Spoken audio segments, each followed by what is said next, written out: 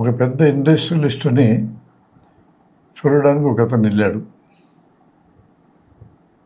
రిసెప్షన్లోకి వెళ్ళి, అమ్మ పెద్ద ఆయన చూడాలి అన్నాడు ఆయన. అపాయింట్మెంట్ ఉందండి అన్నది అమ్మాయి. లేదండి అన్నాడు. అపాయింట్మెంట్ లేకపోతే చూడటు సారు, మీరు మళ్ళీ రావాల్సిందే, అపాయింట్మెంట్ తీసుకొని రావాల్సిందే అన్నది ఆమె. 900 కిలోమీటర్ల నుంచి వచ్చినానమ్మా, ఇప్పుడు పోయి మళ్ళీ రావాలంటే నాకు ఎక్కడవుతుంది అన్నాడు. ఏం చేయలేం సార్ మనం అన్నది ఆమె. ఒక పని చేయండి అమ్మా,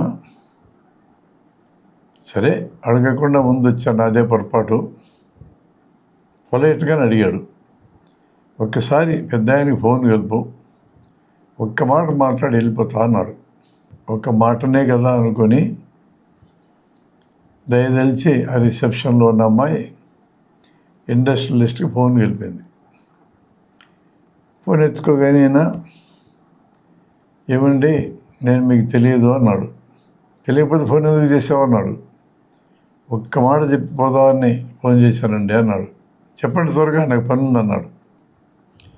నేను మీ ఆఫీస్కి వచ్చినానండి, అద్భుతమైన సెటప్ ఇది, ఎంత బాగా రిసెప్షన్ ఏరియా ఉన్నదాన్ని ఎక్కడా నేను ఇంతవరకు నా జీవితంలో చూడలేదండి అన్నాడు. అభినందించాడు.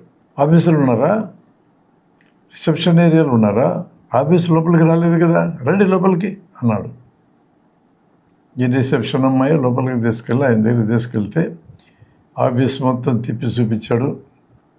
ఒక అరగంట సేపు నిజంగానే అద్భుతంగా ఉంది.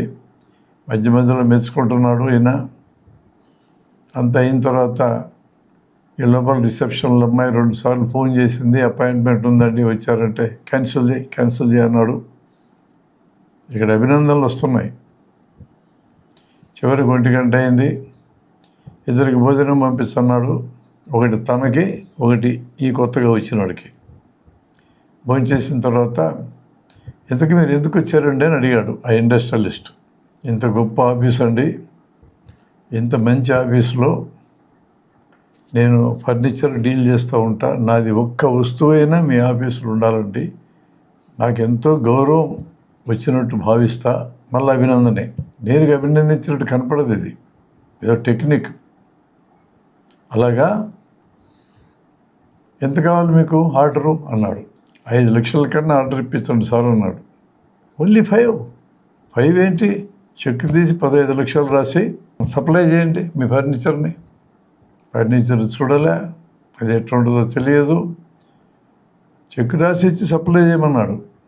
సప్లై రాగానే చెక్ని ప్రజెంట్ చేసుకోండి బ్యాంకులో అన్నాడు.